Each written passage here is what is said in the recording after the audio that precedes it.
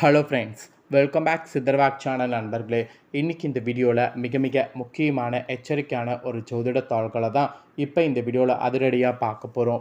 அதிரடியாக பார்க்குறதுக்கு முன்னாடி எதை பற்றிய ஜோதிட தாள்களை பார்க்க போகிறோம், என்ன மாதிரியான ஜோதிட தாள்களை பார்க்க போகிறோம் அப்படிங்கிறத இன்ட்ரோ மூலிமா ஷேர் பண்ணுறேன்.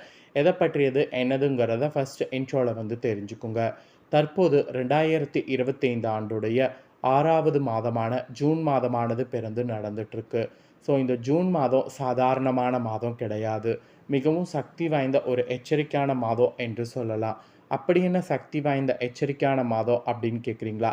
இந்த மாதத்தில் நிறைய கிரக மாற்றங்கள் நடக்கும். அப்படி ஒரு கிரக மாற்றம் ஜூன் மாதம் 15ஆம் தேதி நடந்தது. அன்னைக்கு என்ன கிரக மாற்றம் நடந்தது அப்படின்னு பார்த்தீங்கன்னா, சூரியன் பார்த்தீங்கன்னு வச்சுக்கோங்களேன், ரிஷபத்திலேருந்து மிதுன ராசிக்கு சென்றிருக்கிறாரு. அந்த மாற்றத்தோட அடிப்படையில் அந்த மாற்றம் தமிழ் மாதமாக கணக்கிடப்படுது.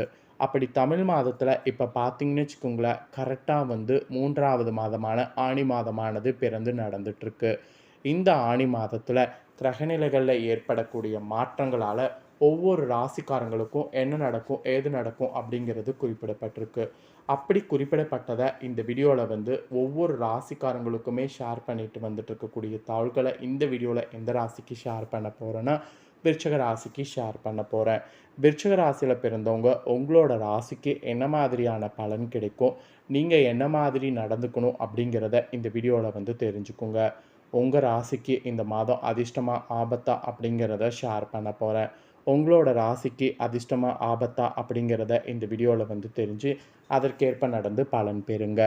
அதுக்கு முன்னாடி ஆனி மாதத்துக்குன்னு சில ஸ்பெஷல் விஷயங்கள்லாம் இருக்குது. ஏன்னா ஆனி மாதம் ஒரு சாதாரணமான மாதம் கிடையாது.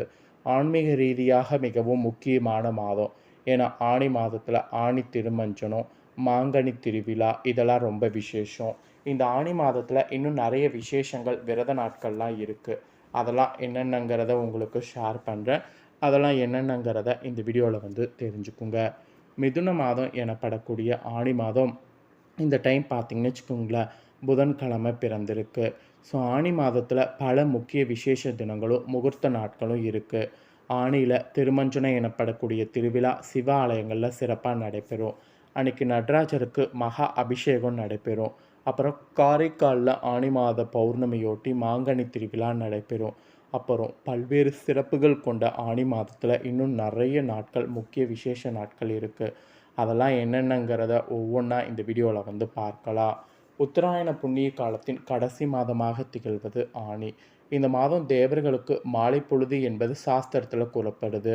இளவேநீர் காலம் தொடக்கம் என்பதால் இதமான காற்று வீசி வெப்பத்தை தணிக்கிறது. அப்புறம் மகாவிஷ்ணு கூர்ம அவதாரம் எடுத்து பூமியை மீட்டு கொண்டு வந்தது இந்த ஆனி மாதத்தில் தான். ஸோ ஆனி மாத உத்தர நட்சத்திரத்தன்று சிவாலயங்களில் சிவபெருமானுக்கு ஆனி திருமஞ்சனமானது சாத்தப்படுது. ஆனி மாதத்தில் வரக்கூடிய கேட்டை நட்சத்திரத்தில் ஸ்ரீரங்கத்தில் பெருமாளுக்கு சேஷ்ட அபிஷேகம் செய்யப்படும். ஆனி மாதத்தில் வரக்கூடிய பௌர்ணமி அன்னைக்கு திருச்சி உறையூரில் மேற்கூரை இல்லாமல் எழுந்திருக்கக்கூடிய வெக்காளி அம்மனுக்கு பக்தர்கள் கூட கூடையாக மாம்பழத்தை கொட்டி அபிஷேகம் செய்வாங்க. அது மட்டும் இல்லாமல் வாழையடி வாழையாக தழைத்து சிறக்க வேண்டும் என்பதற்காக திருச்சி மலைக்கோட்டை தாய்மானவர் ஆலயத்தில் பக்தர்கள் வாழைப்பழத்தார்களை காணிக்கையாக படைப்பாங்க. ஸோ ஆனி மாதத்தில் இந்த மாதிரி நிறைய சிறப்புகள் இருக்குது. இன்னும் எந்தெந்த நாளில் என்னென்ன விசேஷங்கள் நடைபெற இருக்குது அப்படிங்கிறத உங்களுக்கு ஷேர் பண்ணுறேன். அதை பற்றியும் கொஞ்சம் இந்த வீடியோவில் தெரிஞ்சு பயன்பெறுங்க. ஆனியில் வரக்கூடிய மாத சிவராத்திரி ரொம்ப விசேஷம். சபரிமலையில் நடை திறப்பு ரொம்ப விசேஷம். ஆனியில் அமாவாசை சிறப்பு. தந்தையர் தினம் ரொம்ப சிறப்பு. ஆனியில் ஸ்ரீ நடராஜர் ஆனி திருமஞ்சனம் ரொம்ப சிறப்பு. ஆனியில் திருமலஞ்சேரி தீர்த்தவாரி கொஞ்சம் சிறப்பு. ஆனியில் காரைக்கால் மாங்கனி திருவிழா கொஞ்சம் சிறப்பு. ஆனியில் பௌர்ணமி வியாச பூஜை சிறப்பு. அப்புறம் காஞ்சி காமாட்சி அம்மன் வியாச பூஜையும் ஆனியில் சிறப்பு. திருவண்ணாமலை ஸ்ரீ மாணிக்க வாசகருடைய உற்சவம் சிறப்பு. ஆனியில் திருவண்ணாமலை அருணாச்சலேஸ்வரருடைய இதுவும் சிறப்பு. ஆனியில் ஸ்ரீரங்கத்துடைய சேஷ்ட அபிஷேகம் சிறப்பு. இந்த மாதிரி ஆனி மாதத்தில் பல சிறப்பு தினங்கள் வரும். இந்த சிறப்பு தினங்களில் சிறப்பு வழிபாடுகள் நாம் செய்தால் கண்டிப்பாக நமக்கு சிறப்பு ஒரு இது கிடைக்கும். அதாவது ஆற்றல் கிடைக்கும். அதனால் இந்த நாட்கள்லாம் மிஸ் பண்ணாமல் சிறப்பு வழிபாடு செய்தாலே வெற்றிங்கிறத புரிந்து செயல்படணும். இதுதாங்க ஆனி மாதத்துடைய ஸ்பெஷல். இப்போ ஆனி மாத ராசி பலன் உங்களோட நட்சத்திரத்துக்கு ஏற்ப ஷேர் பண்ண போகிறேன். உங்களோட நட்சத்திரத்துக்கு ஏற்ப என்ன பலன் கிடைக்குங்கிறத தெரிஞ்சு பலன் பெறுங்க. விருச்சிக ராசி விசாக 4ஆம் பாதத்தில் பிறந்தவங்களுக்கு ஃபஸ்ட்டு சொல்லப்பட்டிருக்கு. ஆக்சுவலி இதுலேயும் சாமர்த்தியமாக செயல்படக்கூடிய உங்களுக்கு இந்த மாதம் நட்சத்திராதிபதி குரு பகவானுடைய பார்வை விரயஸ்தானத்தின் மீது விழுகிறது. இதனால் பிரிந்து சென்றவர்கள் மீண்டும் வந்து சேர நிறைய வாய்ப்பு இருக்குது. ராசிநாதன் செவ்வாய் சஞ்சாரம் நல்ல பலன்களை உங்களுக்கு தரும். எதிர்பார்த்த பணம் வந்து சேரும். விருந்து கேளிக்கை நிகழ்ச்சிகளில் பங்கேற்க நேரிடும். சாதுரியமான பேச்சின் மூலம் காரிய வெற்றி கிடைக்கும். சனி சஞ்சாரம் 6வது இடத்தை பார்க்கறதுனால் திடீர் உடல்நலக் கோளாறு ஏற்படும். தொழில் வியாபாரத்தில் இருந்த முட்டுக்கட்டைகள் நீங்கும். வியாபாரம் தொடர்பான பயணங்கள் செல்ல வாய்ப்பு நேரும். அப்படி நேருதுன்னா பணவரவு திருப்தி தரும். கண்டிப்பாக பயணங்கள் மேற்கொள்ளுங்க. உத்தியோகத்தில் இருப்பவங்க கடினமாக உழைக்க வேண்டியது இருக்குது. அதன் மூலம் நல்ல பலன்கள் கிடைக்க பெறுவீங்க. உத்தியோக தொடர்பான இடமாற்றம் ஏற்படலாம். சப்தமஸ்தானத்தில் புதன் பகவான் சஞ்சரிக்கிறார். குடும்பத்தில் இருப்பவர்கள் இதனால் வீண் வாக்குவாதங்களில் ஈடுபடலாம். எனவே கவனமாக இருப்பது நல்லது. கணவன் மனைவிக்கிடையே ஒருவருக்கொருவர் விட்டு கொடுத்து செல்வது கூட நல்லது. குழந்தைகளுடைய முன்னேற்றத்தில் அக்கறையானது காட்டணும். பெண்களுக்கு சாதுரியமான பேச்சின் மூலம் காரிய வெற்றி உண்டாகும். பிரிந்து சென்றவர்கள் மீண்டும் தேடி வர வாய்ப்பு இருக்குது. கலைத்துறையில் இருக்கிறவங்களுக்கு நண்பர்கள் உறவினர்களிடம் பக்குவமாக பேசுவது நன்மை தரும். எந்த காரியத்தினையும் சாதகமான பலன் பெற வாக்குவாதங்களை தவிர்க்கிறது நல்லது. பயணங்கள் போது கவனம் தேவை. அரசியல் துறையில் இருக்கிறவங்களுக்கு வெற்றி பெற கூடுதலாக உழைக்க வேண்டியது இருக்குது. உங்களுடைய நடவடிக்கைகள் மேலிடத்திற்கு திருப்தி தரும். உடல் ஆரோக்கியம் பெறும். கடன் பிரச்சனைகள் தீரும். மாணவர்களுக்கு மற்றவர்களை திருப்தியடை செய்யக்கூடிய வகையில் உங்களுடைய செயல்கள் இருக்கும்.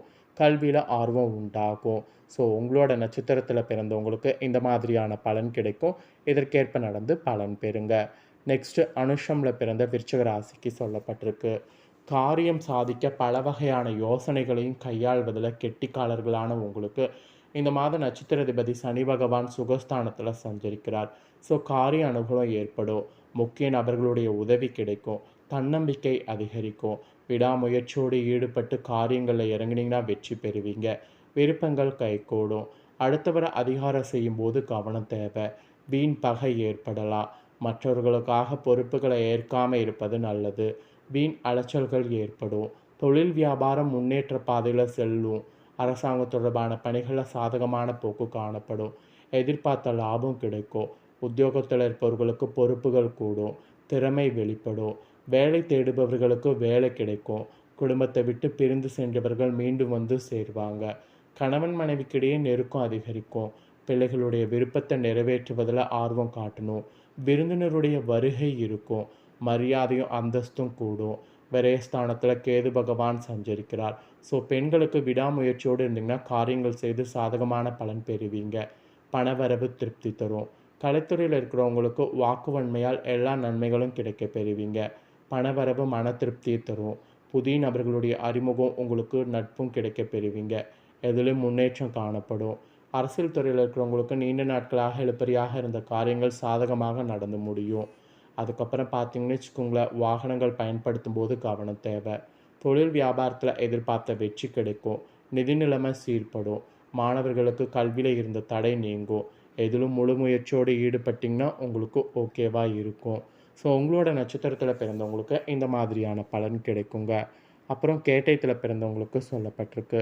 கேட்டயத்தில் பிறந்த விருச்சிக ராசிக்கு எவரை கண்டும் அஞ்சாமல் நீங்கள் எடுத்துக்கொண்ட காரியங்களை திறம்பட செய்யணும்.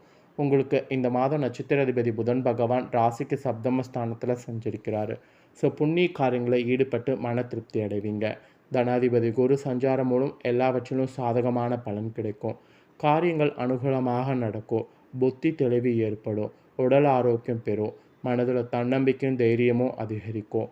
மனக்குழப்பம் நீங்கும். பணவரவு அதிகப்படும். இந்த மாதிரி உங்களுக்கு அதிர்ஷ்ட பலன் கிடைக்கும் என்பது குறிப்பிடப்பட்டிருக்குங்க. ஸோ உங்களோட நட்சத்திரத்துக்கு ஏற்ப இந்த மாதம் என்ன பலன் கிடைக்கும் அப்படிங்கிறது தெளிவாக இந்த வீடியோவில் ஷேர் பண்ணிட்டேன். ஷேர் பண்ணதை தெளிவாக இந்த வீடியோவில் உங்களோட ராசி நட்சத்திரத்துக்கு நீங்கள் தெரிஞ்சிருப்பீங்க. ஸோ தெரிஞ்சதுக்கேற்ப நடந்து பலன் பெறுங்க. நீங்கள் இதை பார்த்து தெரிஞ்சு பலனடைகிறது போல் உங்கள் ஃப்ரெண்ட்ஸ் ஃபேமிலி இருக்கவங்களும் பார்த்து தெரிஞ்சு பலனடையணும்னு நினச்சிங்கன்னா வீடியோ லைக் பண்ணி ஷேர் பண்ணுங்கள். உங்கள் ஃப்ரெண்ட்ஸ் ஃபேமிலி இருக்கவங்களும் பார்க்கட்டும். அவங்களும் விருச்சிக ராசிக்காரங்கன்னா இந்த தாள்களை தெரிஞ்சு இதற்கேற்ப நடந்து பலனடையட்டும்.